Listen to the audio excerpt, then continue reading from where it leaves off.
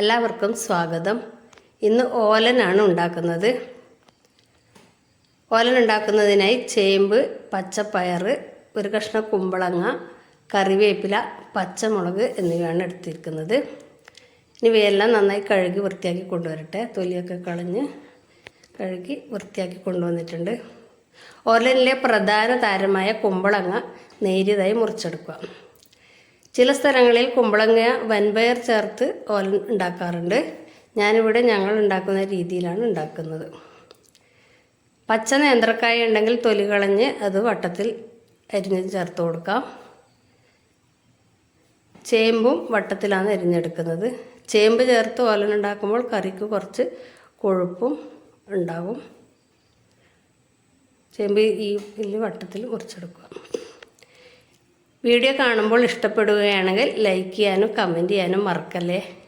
Subscribe ചെയ്യാതെയാണ് കാണുന്നതെങ്കിൽ ഒന്ന് സബ്സ്ക്രൈബ് കൂടി ചെയ്യണേ. ആ ബെൽ ബട്ടൺ കൂടി ഒന്ന് അമർത്തിയാൽ എൻ്റെ എല്ലാ വീഡിയോസിൻ്റെയും നോട്ടിഫിക്കേഷൻ വരും.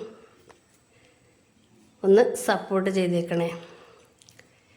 ഇനി പച്ചപ്പയർ നീളനെ ഉള്ള കഷ്ണങ്ങളായിട്ടാണ് മുറിക്കുന്നത്. പച്ചപ്പയർ നീളനായി മുറിച്ചെടുത്തു. എല്ലാം കൂടി ചേർത്തു. നമ്മളിനി തേങ്ങാപ്പാൽ എടുത്തു വെച്ചിട്ടുണ്ട്. തേങ്ങയുടെ 1-ാം പാലും 2-ാം പാലും എടുത്തു വെച്ചിട്ടുണ്ട്. അടുപ്പത്തൊരു ചട്ടി വെച്ച് അതിലേക്ക് കഷ്ണങ്ങൾ കുമ്പളങ്ങയും ചേമ്പും അത് ചേർത്ത് കൊടുക്കുന്നത്. പയർ കുറച്ച് കഴിഞ്ഞിട്ടേ ചേർക്കുന്നുള്ളൂ. അതിലേക്ക് പച്ചമുളക് കീറിയിടുക. ഒരു 4-5 പച്ചമുളക് കീറിയിടുക. എരിവിന് ആവശ്യമുള്ള പച്ചമുളക് കീറിയിടുക.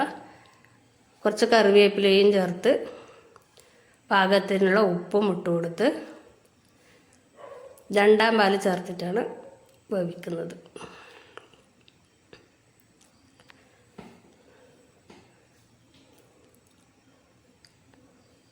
ഉപ്പിട്ട് കൊടുക്കുക.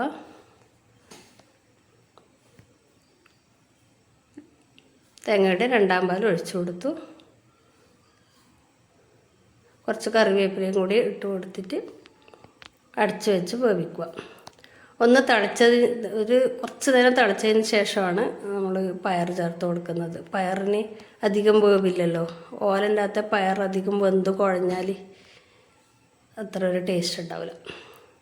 പയർ ചേർത്ത് കൊടുത്തു. പയറിന് വേണ്ടുന്ന കുറച്ച് ഉപ്പ് കൂടി ചേർത്ത് കൊടുത്തു. കുറച്ച് നേരം അടച്ച് വെച്ച് കഴിഞ്ഞാൽ പയർ പോകും. പയർ വെന്ത് കഴിഞ്ഞാൽ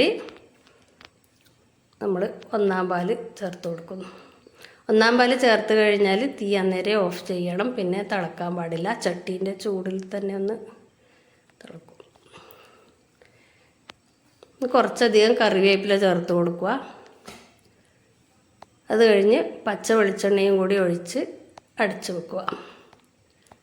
ഓലൻ്റെ ടേസ്റ്റ് ഈ തേങ്ങാപ്പാലും കറിവേപ്പിലയും പച്ച വെളിച്ചെണ്ണയും എല്ലാം കൂടെ ചേർന്ന ആ മണവും ടേസ്റ്റുമാണ് ഓലൻ്റെ പ്രധാന രുചി.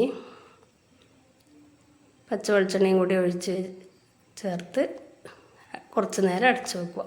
മൺചട്ടിയിൽ വെക്കുമ്പോൾ കറി ഒന്നുകൂടി കുറുകി വരും. അപ്പോൾ ഓലൻ റെഡി ആയിട്ടുണ്ട്.